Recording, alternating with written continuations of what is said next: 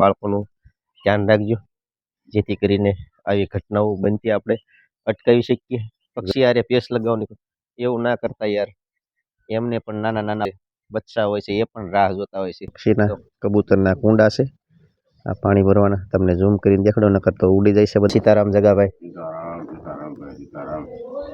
આ જગદીશભાઈને તમે લગભગ તો બધા ઓળખતા છો ઘણી વાર. ભગવતી આ સામે દેખાય છે, એક ગોવિંદ દાદાનું ટ્રેક્ટર છે.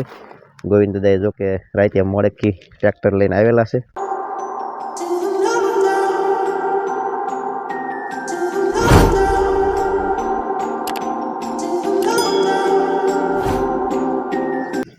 જય માતાજી, જય ગુરુદેવ. મિત્રો કેમ છો? બધા મજામાં છો? તમે પણ બધા મજામાં છીએ? તો ફરી એક નવા બ્લોગમાં તમારા બધાનું હાર્દિક સ્વાગત છે. અને સવારમાં બધાને ગુડ મોર્નિંગ મિત્રો. ખાસ બધાય બાળકોને બધાય માતા પિતા સૂચના આપજો, કારણ કે મકર સંક્રાંતિ આવશે. થોડી ઘણી બાળકોનું ધ્યાન રાખજો, જેથી કરીને આવી ઘટનાઓ બનતી આપણે અટકાવી શકીએ. જોકે બાળકોને આપણે ખીજાવી તો થોડુંક માઠું લાગી જાય છે, પણ ખીજાવવું જરૂરી છે. જોકે તકલીફ હોય તો એમને કેવું પણ પડે. અને અમારે જો અહીંયા ચડાવતો હોય તો પાછા હાલે. તો આ હરિયા છે જો અહીંયા, તો અમે બધા બાળકોને ખીજાતા હોય. બાળકો પણ ઘડીક ખોટું લાગી જાય છે, પણ કાંઈ વાંધો નહીં, ખીજાવવું જરૂરી છે. અને આ બાજુ પાળે નથી, આ તમે જોઈ શકતા છો. કદાચ અઘટિત ઘટના બને તો અમે આ બધાને ખીજાવી છીએ કે ભાઈ અહીંયા કોઈ પતંગ ચડાવવા આવતા નહીં. ખીજાવીને ભાઈ તમને, તો ખીજાવાનું કારણ એટલું જ છે કે ભાઈ આવી અઘટિત ઘટનાઓ આપણે રોકી શકીએ. જો કે આ તમે ચારે બાજુ જોઈ શકતા છો. આવા બાળક રેખાને ખબર ન પડે આ બધું ભગવાનનો રૂપ કહેવાય.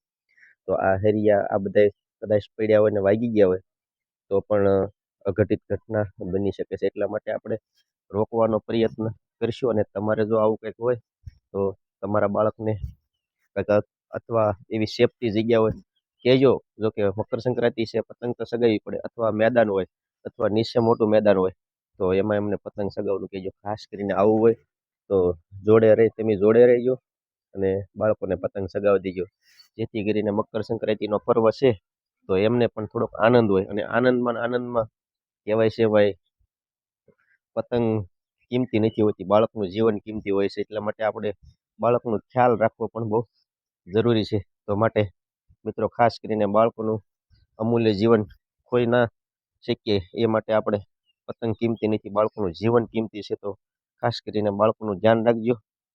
અને આવી રીતે ઉત્તરાયણની ઉજવણી કરજો બધાય, કે બાળકો, જેથી કરીને પક્ષીઓનો પણ ખ્યાલ રાખજો. જો કે પક્ષીઓ બધાય અત્યારે આકાશમાં ઉડી રહ્યા છે. આ 2 દિવસ તો એ કિલકિલાટ કરશે, પણ તે દિવસે ઘણા બધા માણસો પતંગથી એવું કરતા હોય કે પક્ષી હારે પેસ લગાવવાની એવું ના કરતા યાર, એમને પણ નાના નાના બાળકો હોય છે, બચ્ચા હોય છે, એ પણ રાહ જોતા હોય છે. તો ખાસ કરીને મિત્રો એ પણ વિનંતી છે, જીવ દયા રાખજો. આપણે જીવ અહિંસા કરવાનો આપણો કોઈ અધિકાર નથી. એટલા માટે આપણીથી એવી ભૂલ ના થઈ જાય મિત્રો, જેની ખાસ કાળજી રાખજો પ્લીઝ.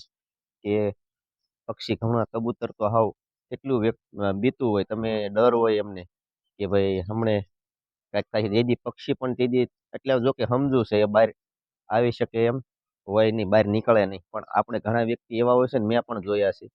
તો શરીરની અંદર ભાઈ તમને જો ભગવાનનો આત્મા હોય તો આત્મા ઉપર ડર રાખી અને પક્ષી સાથે કોઈ દિવસ અન્યાય ન થાય એવો સંકલ્પ લઈ અને મકર સંક્રાંતિનો પર્વની ઉજવણી કરજો યાર, જેથી કરીને ભગવાન પણ તમારું સાંભળશે. તો વાલા, એટલું ખાસ મકર સંક્રાંતિ ઉપર ધ્યાન રાખજો.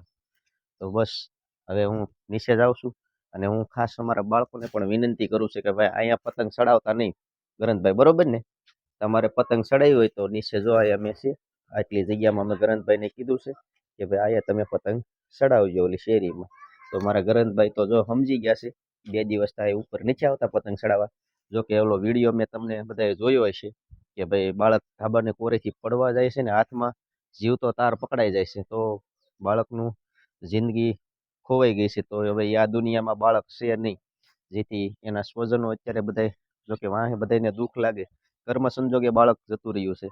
પણ આપણે એ બાળકને આત્માને શાંતિ આપે એ ભગવાનના શરણોમાં પ્રાર્થના કરીએ અને એના સ્નેહીજનોને દુઃખ સહન કરવાની શક્તિ આપે. આવી ગયા નીચેની રૂમમાં મિત્રો આવી ગયો છું, તો ધાબા ઉપર અત્યારે. અને અમારા કિનલબેનને અત્યારે જો માથું વળવાની તૈયારી હાલે છે.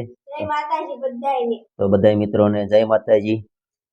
જય માતાજી બધાયને. હવે તો મકર સંક્રાંતિ આવે છે તો બાળકોનું ધ્યાન રાખજો. અમારા ગ્રંથભાઈ પણ છે ને ધાબે ચડી જાય છે.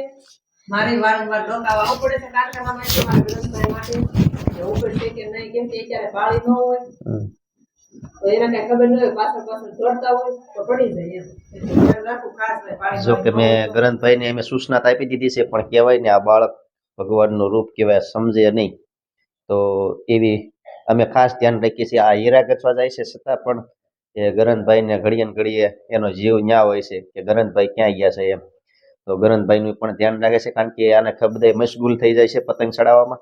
અને અત્યારે કહે છે કે પપ્પા પતંગ લાવી દો, પણ પતંગ લાવી દો ગરંતભાઈ, તમારે અહીંયા નીચે જ ચડાવવાની છે પતંગ. પછી નીચે ચડાવશો ને તો હું પતંગ લાવી દઈશ, નકર નહીં લઈ દઉં.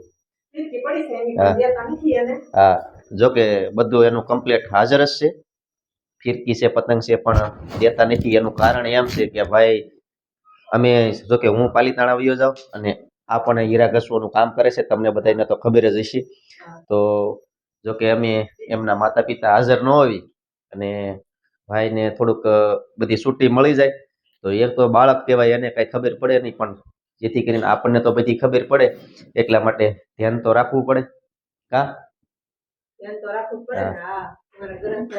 હા, મારા ખાસ કરીને મિત્રો બીજી પણ સૂચના તમને આપી દઉં કે ભાઈ કે બહાર ગામ જતા હોય તો બાળકને આગળ ન બેસાડતા મકર સંક્રાંતિ પ્રમાણે, અને તમે તમારી પણ સેફટી રાખજો. ખાસ કરીને ગળામાં કોઈ તકલીફ આવે અથવા ગાડીને હરીએ, જો કે મેં નથી નખાય, હું તમને ખાલી સૂચના આપું છું. નકર ઘણા લોકો કહેશે કે ભાઈ તમે ક્યાં નખાયો છે, પણ એવું નથી. હું ગળા આડો પટ્ટો રાખું છું. મારી માટે જો આ પટ્ટો છે, હું આ પહેરી લઉં છું, આખા ગળામાં આવી જાય છે. તો આ પણ એક સેફટી છે, આવું પણ રાખજો.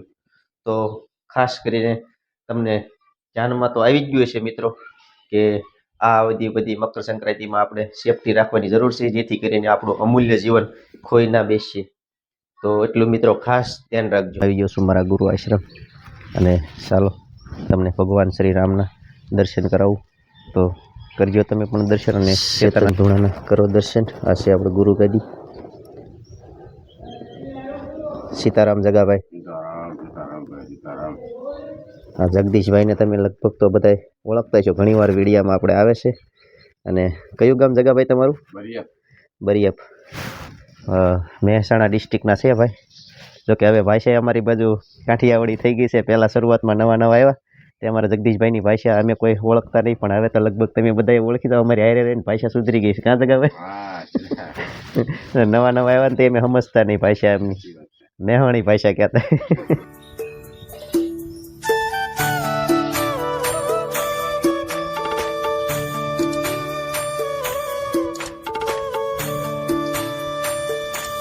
તો ખાસ મિત્રો હું આવી ગયો છું રામલલાના દર્શન કરવા. મારા ગુરુ આશ્રમ છે ત્યાં, તો તમે પણ રામલલાના દર્શન કરો. ચાલો તમને પણ કરાવું અને હું પણ દર્શન કરું. તો કરું ભગવાન શ્રી રામના દર્શન. બોલો રામચંદ્ર ભગવાન જી જય. હે ભગવાન, હે ઈષ્ટદેવ રામજી, રક્ષા કરજો, ભૂલ ચૂક થતી હોય તો માફ કરજો. કે જે બાજુમાં આવતે કૃષ્ણ ભગવાનના દર્શન કરો. બોલો કૃષ્ણ કનૈયા લાલ કી જય. દ્વારકાધીશ, રક્ષા કરજો, ભૂલ ચૂક થતી હોય તો માફ કરજો. અને એમની એક્ઝેક્ટ બાજુમાં આલો એટલે હનુમાનજી મહારાજનું મને બોલીએ બજરંગ બલી હરપડ હનુમાનજી મહારાજ કી જય. હે હનુમાનજી બાપા, સર્વ મનોરથ મારા ભક્તજનોના પૂરા કરજો. મહાકાલના દર્શન થઈ શકે છે તો કરો મહાકાલ ભગવાનના દર્શન.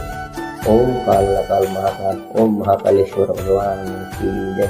ભગવાન દાસ બાપાનું દર્શન થાય છે. જાનમૂલમ ગુરુમૂર્તિ, પૂજામૂલમ ગુરુપદમ, મંત્રમૂલમ ગુરુવાક્યમ, મોક્ષમૂલમ ગુરુ કૃપા.